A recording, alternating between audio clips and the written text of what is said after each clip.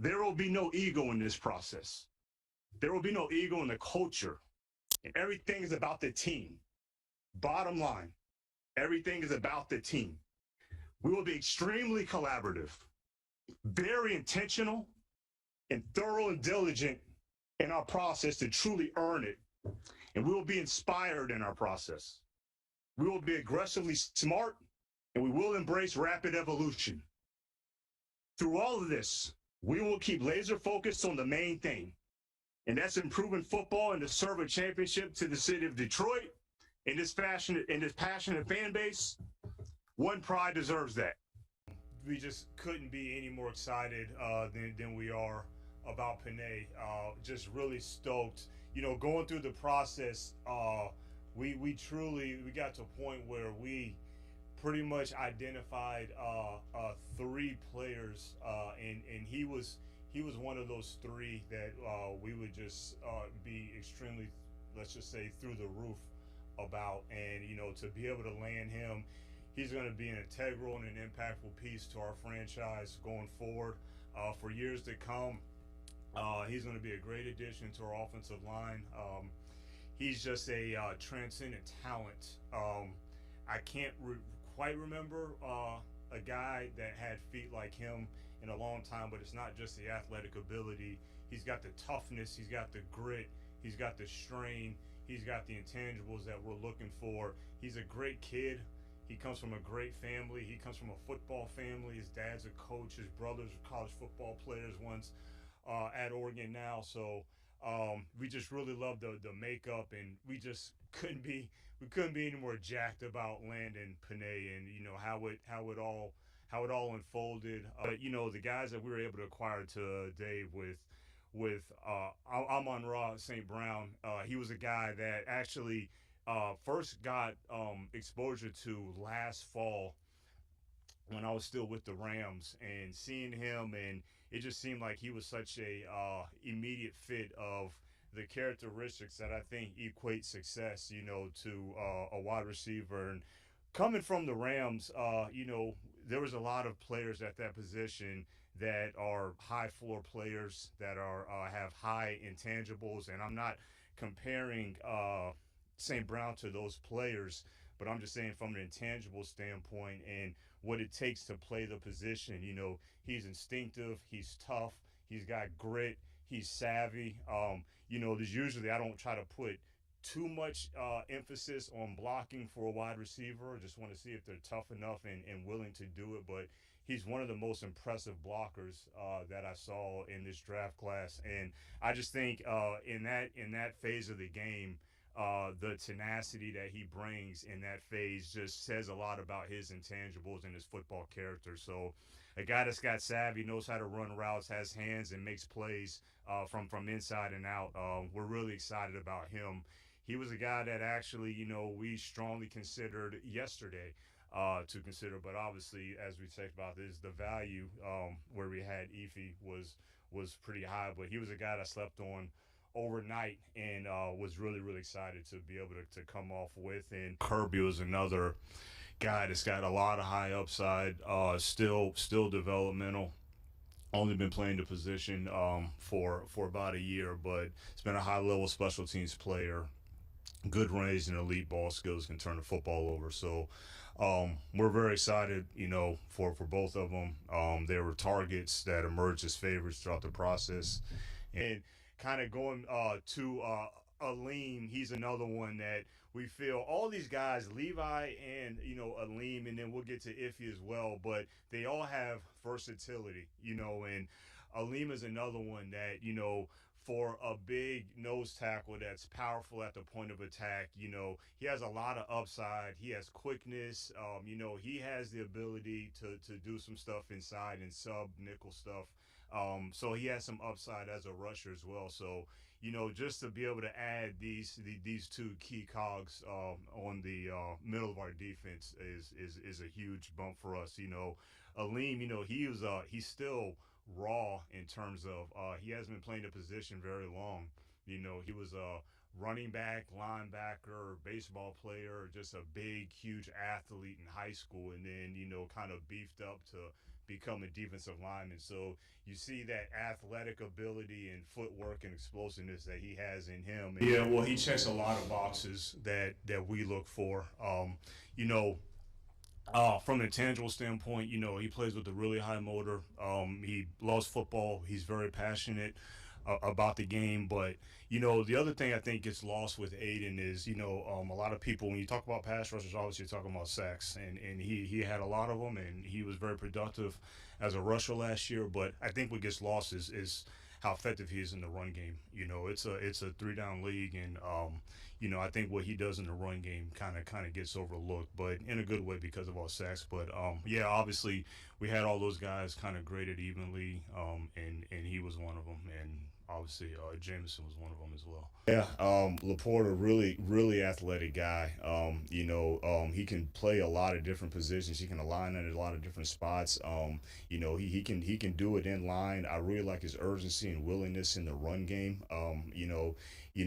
For the most part, you know, he's active with his hands. And he's not the biggest guy. He's not a 6'5", 250 guy, but he plays a lot bigger in line than what you think. But what really stands out is when he detaches from the core and the work that he can do on the perimeter, and he can beat a DB, and he can catch contested, and he can win a slant. He's got very good ball skills. You know, I know that there's some stats on drops and all that stuff, but I'm not concerned about his hands. He's got really impressive ball skills. He's just a really good athlete. He can bend, he can change directions, and again, I just like the way he plays football, man. He's got a gritty feel about him. Although he's athletic and he can do all that stuff in the pass game, and he can be a mismatch and all that stuff, but he still has a gritty finishing style, especially with the ball in his hands. He's got to run after the catch. So I think he's going to be a guy that's going to be a good addition. He's going to be able to do a lot of good things. But and this was a good tight end class. It really was this year. But he just really stood out to me among the others. So we were happy to get him. Yeah, you know, it was, but really what's sad about Brian is just that, I mean, if you want to, like, if you just had football players and he's just football player in caps and just black and white, that's what he is. Just the way that he plays the game, whether he is playing nickel and that's what he played majority of his career there. So he's been more of a nickel than a safety, but you know, his nickel stuff is really good, and you know, he's one of the better tacklers that I saw on film this year from a defensive standpoint, especially for a DB. But he just plays the game like how we play it, and like the style, like how we want to play. He's very instinctive. He's very physical. Like I said, he's one of the better tacklers. He's very athletic. The guy can bend, change directions. He's got good size, and he was another one that when he came in on his visit, you know, just kind of looking him in his eye, and you can just feel him. And you can just feel him, and you can just feel that he wants to be great, and that put it over the top for me. I didn't think that he was going to be there, but you know, we were jacked that he was. You know, we had a lot of buy-in, and we were all hot on Barnes from Purdue, so wasn't sure if we were going to be able to still acquire him back to 153. So wanted to see if we could get ourselves in position to make the trade to get both of them, and we were able to do it and have success with the trade. So extremely happy. And you know, Barnes is, you know, you talking about elite character and intangibles, and you guys have heard me say thousands of times, you know, those are the players that we're looking for. There's a base floor of talent that these guys are going to have, but I think Dan put it great the other night. Dan and I were talking, was about, you know, we are getting not just talented football players, but we're getting football players that have talent. And so when we say football players, we're talking about guys that, yes, you like to watch them play. We love to watch them play the game, but they also have those necessary intangibles. So Barnes is one that definitely fits that bill. And then Jack, he's another one that just became a favorite. And you know, first time looking at Jack, you know, I kind of thought, you know, okay, I've seen these kind of linebackers before. He's big and he's a plugger, but actually, no, he's not. The more you look at him, the more athletic his traits came out and became very, very visible. And then, you know, you start looking at the athletic numbers that he's produced in terms of a lot of top five athletic categories among all the linebackers in this year's draft. And for a 6'4.5", 250-pound inside linebacker. That was pretty impressive. But then we're not even getting into, two-time captain. We're not getting into extremely instinctive, extremely smart, extremely physical, very versatile. He can do it in the run game and the pass game. So, I wouldn't say it was a little bit later on in the process. I it was a while that with Jameson, kind of seeing the more and more conviction that we had on him, the more and more buy-in that we had on him, and then everything that he brings. Obviously we all know he's explosive. He can take the top off, speed, all that kind of stuff. But I think what gets overlooked, just like I was saying about Aiden with the run game stuff, I think what gets overlooked about Jameson is usually guys that are that explosive, that fast, that electrifying. This guy's tough. This guy's gritty. He's a dog. He loves football, and so he just fit what we're about. So once the conviction and the buy-in just kept rising, then I started saying, okay, all right, well maybe being that he is one of those guys that we have graded similarly, and very evenly up at the top, let's just go ahead and get him. I told you guys I wanted to get game changers. We do think that Jameson has those abilities in him to be a game changer. He can flip the field, all that, but we have to do our part and make sure that he's set up for success. We need to develop him. He still's got to get healthy. But we do think that we have the right resource and structure in place for him. Starting with Josh, he's just a versatile player. I think he can play all up and down our defensive front. He's been a highly effective interior rusher, but he can also set edges and play the run as well. He's got extremely elite character and intangibles. Some of the best that I've experienced and I've researched on. And then the other thing with both of these kids today, I would say Josh and Kirby is, I've talked a lot about conviction and buy-in and having total building conviction, total building buy-in. Like every single person in the building is like, I'm totally bought in on this dude. That's what both of these players were today. Starting with Jameer, he was definitely a guy that we had identified early on in the process. I really kind of just saw him really for the first time when I went to the Texas Alabama game, and just kind of he kind of stuck with me since then. But look, it's like a handful of favorite players in the draft, and some of those guys were taken before we were able to pick. But Jameer was certainly one of those guys. So we were just thrilled. He's very explosive. He's a weapon. Obviously he can do it all as a runner, but what he can do as a receiver and a lot of other things. So his versatility, what he's going to bring to the offense, we're really excited about. Starting off with Levi, he was a kid that we had all buying on. He's a scheme fit. He's very explosive, very talented. He's one that I identified early on in the process. I'd say, back from 2019, when he was still playing, and even, when he had his opt out, still just kind of just refreshing on his film again last year, and refreshing on his film last year. Appreciate and liked him even more, to the point that with the buy-in that we had on that player, we actually made some efforts to actually acquire him earlier than we actually did, but it ended up falling in our favor. But very strong, very explosive. Really, I like to say that he's very a balanced player.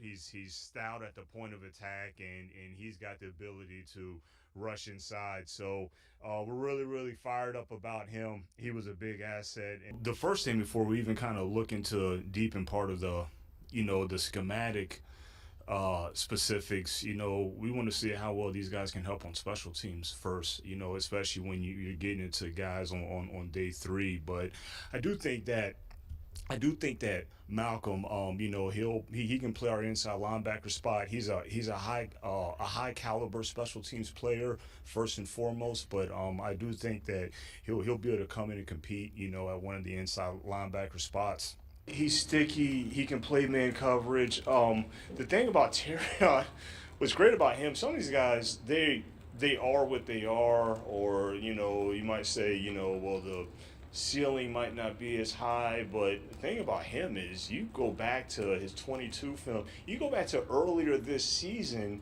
and you saw an incremental just improvement every single game. So I think the first time I watched one of his games was I think it was an LSU game, and that's kind of when I first kind of saw him, and then I was like, okay, I see skill set, but then you start getting down, you start getting down to those late games. You get down to college football playoffs, and you see him versus Georgia, and it's okay, all right, it's on the come. So and that as well with the skill set. So we feel really good about his floor, but we feel even better about his ceiling. We feel really good about the kid. We brought him in, we interviewed him, brought him in. He's got a big personality. He's got a high ceiling. He's a sticky corner. He'll tackle. He's got good size and length. He had a great workout when I went down to see him at his pro day, and that was a game that I kind of I wanted to catch an Alabama game, but never was able to get there. So we made a concerted effort to get to his pro day, and he had a great workout. So again, we're really thrilled that it fell this way. Right. And then just to be able to cap it off with Iffy, just a big long corner. I remember when scouting his brother, years ago, and he's got the same, physical specimen traits, for a big long corner that, from the outside it looks like he's just a press corner, but he's actually not. How Iffy grew on me in the process is his ability to actually play in off coverage and actually be able to maneuver, show quickness in a short area in zone and off coverage, which usually guys that long and that big aren't able to do. So Yeah, I would say I'm just a very versatile player. At Virginia Tech, I was used all over the field. I became a better blocker as the years went on at Tech, but I pride myself to be able to play all over the field, and I'm happy to be able to continue to go and learn behind a guy like TJ Hawkinson and just soak it all in. that's what first stood out is, we thought he was one of the better special teams players in this entire draft. All four phases of special teams, and especially with some of the changes that are coming about, he's really, he started even coming to life even more. And then even later on in the process, just sticking to the special teams component, it kind of came to life even more with some possible return value. You're looking at him at four core and return units as more of a blocker, but he can actually the stuff he can do with the ball in his hands. And so you know I first saw him when he had first made the switch. When they got kind of short, at running back there at Utah, and they just had him just fill in. But we were more so looking at him as a safety. But he looked so natural as a runner, and I was like, wait, where did these backyard instincts come from of him just running the ball and making these plays? And then not only is he's got these instincts that are just very natural that we thought, he's not even majoring in it. Like he just did that just because it kind of got shorthanded. And he's like, oh, you need down for running back. Oh, well, I'll help out. And then he starts making these plays, run the ball and in the passing game. And when I saw that, I was like, wait, he's not even majoring in this, and he's looking like that. And then you get more into his background, and he was more of an offensive player in high school.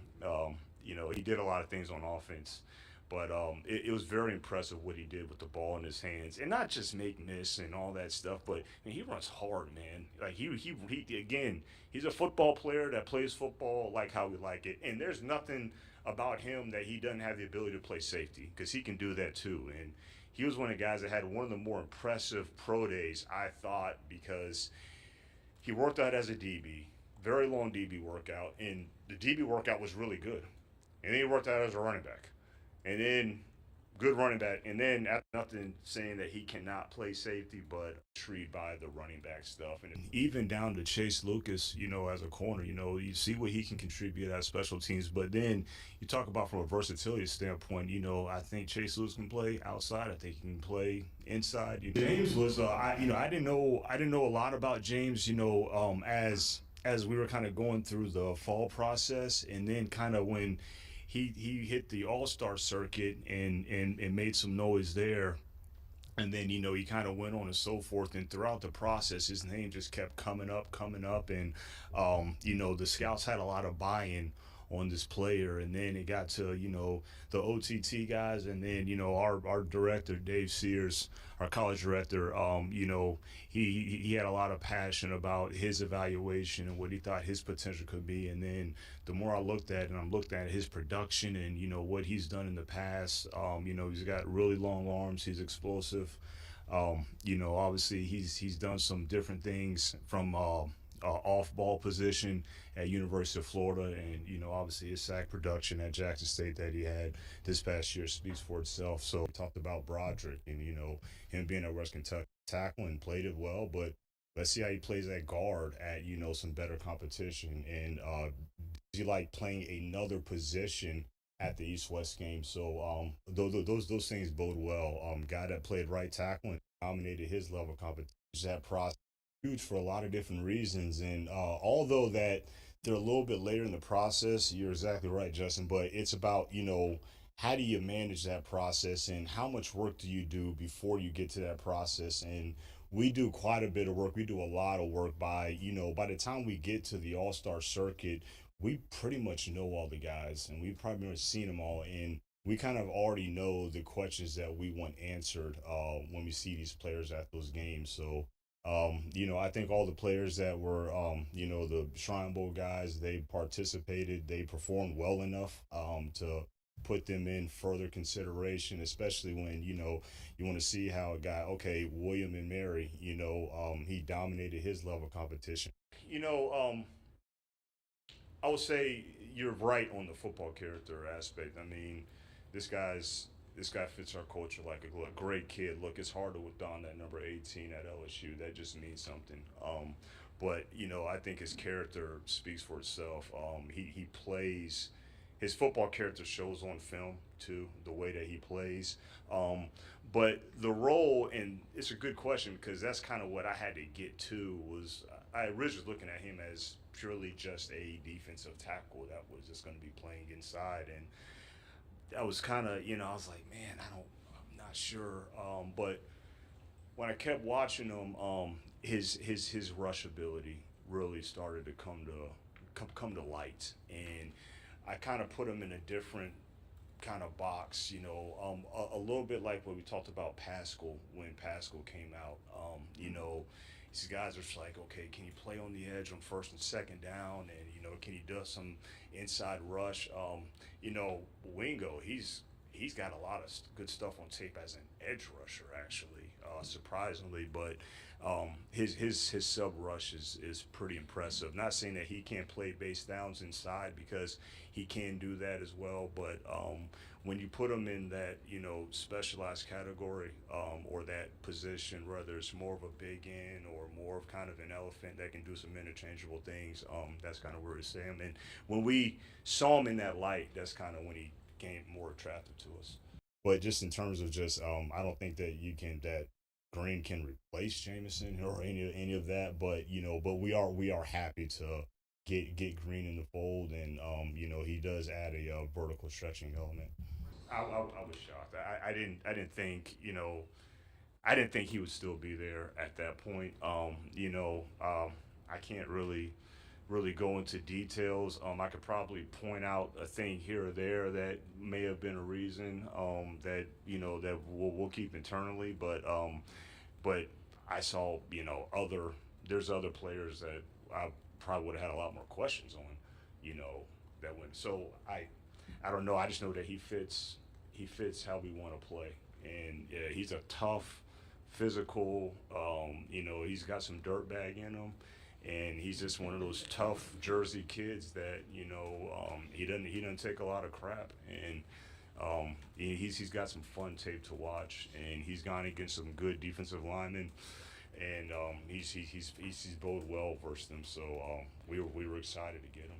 Broderick, he was let's call him under the radar, non-combine guy, and showed up at the East West All-Star game and did a really really nice job, and that's really when he popped up, on my radar. Our area scouts are already done. Steve Neal does a great job, and Steve kind of brought him to light, looked at the All-Star stuff, and then that's what made me dive deeper into his film, and then you see him playing in some better competition games like Auburn, and then you see some stuff, kind of late, and he just has a lot of physical traits that get you really excited about his upside. I'm not sure, like, his testing numbers and all this stuff. This guy's a big man, and so, but he moves a lot better on film. He had a really good pro day. His workout was good.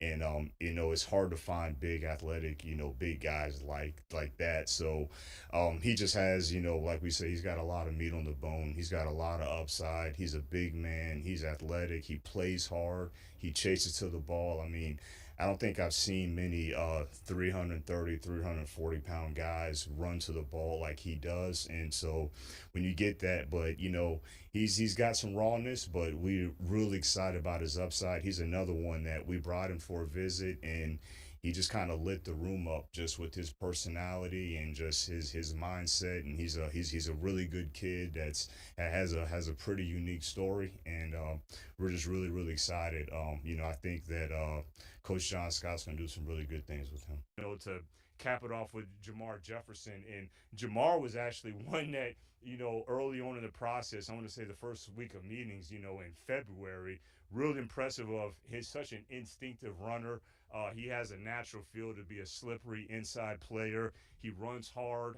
He just has a natural feel from a lot of inside zone stuff, but he can do all phases, gap power stuff, inside zone stuff. But he's just a very smooth, slippery, instinctive runner who we're really excited about. He's another one that we didn't think he was going to make it that far.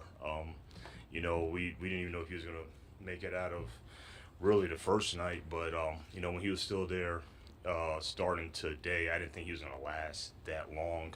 But just we actually were trying to get up, and trying to get up, but we were just so far down.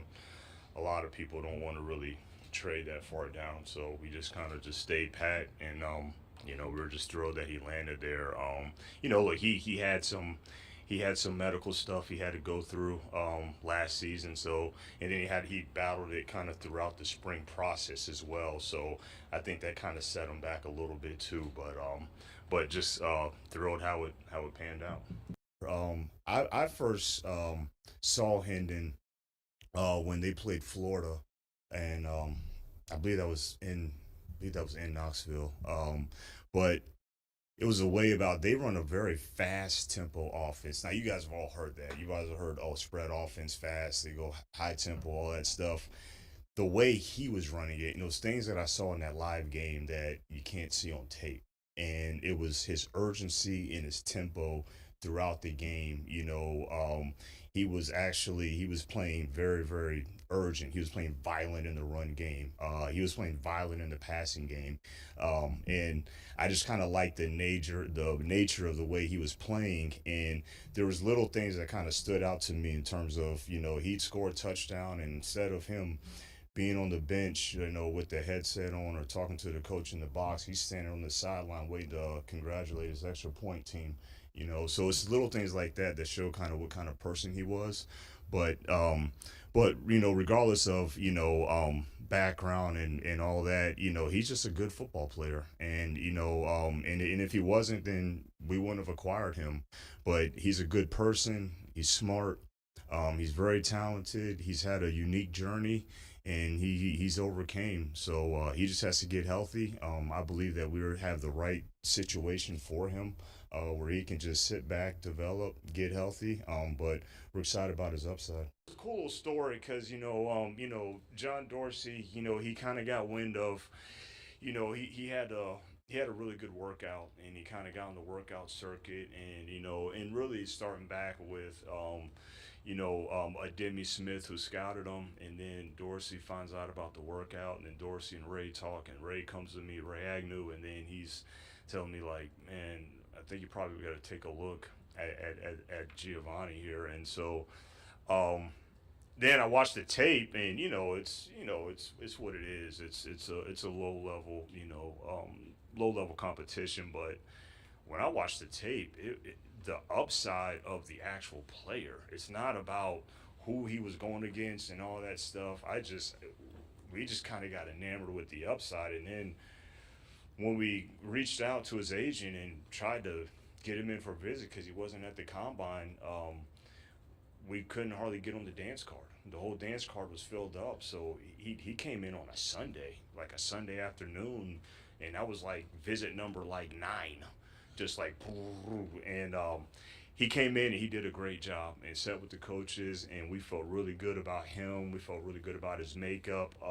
He's wired the right way. He's got a really cool story, and he's been through some things, but we were so blown away about just his makeup, his character, the way he's wired, and he's got a lot of upside. It's not a whole lot about right now with him. A lot like we talked about Broderick Martin last year. This is more of a down the road future deal. But the upside is enormous, and to be able to acquire Talik, obviously been watching him for a really long time. He's played a lot of football there at a very consistent level, and he just has a lot of traits and qualities that we're looking for, and he's going to fit right in here like a glove. So we spent a lot of time with him during the process leading up to this, and we were very, very impressed after each time that we were able to spend time with him. I do think that he's got a lot of versatility in his game. I think one of the things is not only he has the physical skill set, he's got the power, and he's got the bend and the agility. Like, he's a very nimble athlete, but the thing about it is that he's incredibly instinctive too. In my opinion, him and one other DT that was in this class were the top 2 instinctive defensive tackles in this whole class, and he was one of those guys. So I think his versatility is really going to help. He has a lot of similar traits to Aleem McNeil. Almost similar body type. I just think that, he might be, Aleem came out more nose tackle-ish a little bit, obviously slimmed his body down, became a 3 technique. I think he's kind of coming in closer to that right now. Saw him at the scene. He rose more as a process went along because of his versatility that we were able to find out a little bit more about. So I thought that he would just fit in just like a glove here. Tesla, he was one.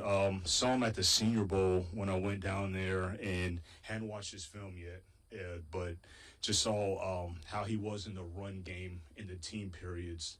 Just his blocking and his size, and she was just being a pest, and he was just pissing off the DBs and the defenders. And obviously it made me just want to completely watch the tape, and then you see a guy that's just big, long, smooth strider, can accelerate, can run. He's a hands catcher, can play special teams, can block, so can do a lot of things. So we're really excited to land both of them. It depends on the player. There are certain players, especially offensive linemen, that come in and say, look, let's just keep him at one spot. That was kind of the tempting thing with Gio when he first got here. He was like, man, we want to put him at guard, we put him at tackle. The original plan was tackle, but he did some things at guard, and you kind of go back and forth. But, it was almost like maybe it's best to just kind of leave him in one spot. And there's a lot of kids that come out in the draft that are the same way. But the ones that are smart, and especially the ones that have shown it on film as well, those are the ones that you feel really good about, because Hank is great, is that he's going to cross-train them at everything. And, if they've never done one position before, he's going to throw them out there because he's an elite level coach, so he's going to cross-train those guys. But, yeah, that versatility, that can kind of I can do a lot of things for you from a roster standpoint, especially if they're on the active and you're trying to construct a game day roster. It can do a lot for you. Incredible story, by the way. But look, again, that's not why we acquired him. We acquired him because he plays with his hair on fire. And as let's call it developmental as he is, he plays hard. We talking about just I think I said the other night. What do you have to do at that position? You got to set edges and win rushes. And when I say win rushes, it's not just getting a sack. You can win a rush just by just harassment and power and collapsing the pocket and just sheer effort. So we just like the upside of him. We like his football character, his work ethic, his passion. He was so fired up. He was so fired up on the phone to get here. Those are the type of stuff you want to hear. But yeah, we just fit. He's been one of those guys that sometimes like they start off as like one of the favorites, and then sometimes they might drift off because you see so much and you do so much film. But he's a guy that just kept staying on the steady climb and ascension the more and more and more we watched of him. So fired up about him.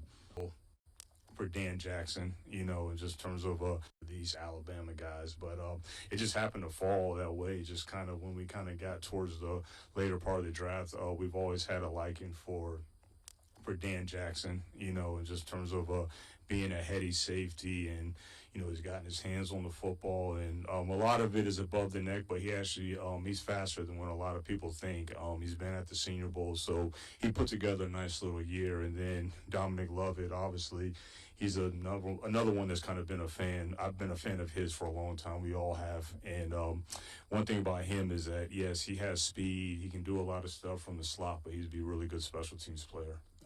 I think the intangibles are the separator of success at this level. And I think it's very important from my background and my experience up to this point with the Rams. We always made an emphasis on investing in high intangible football players. And you pointed out one thing, Justin, that means a lot to me. It's probably the most important is passion. And that is one intangible piece that I don't have any room for.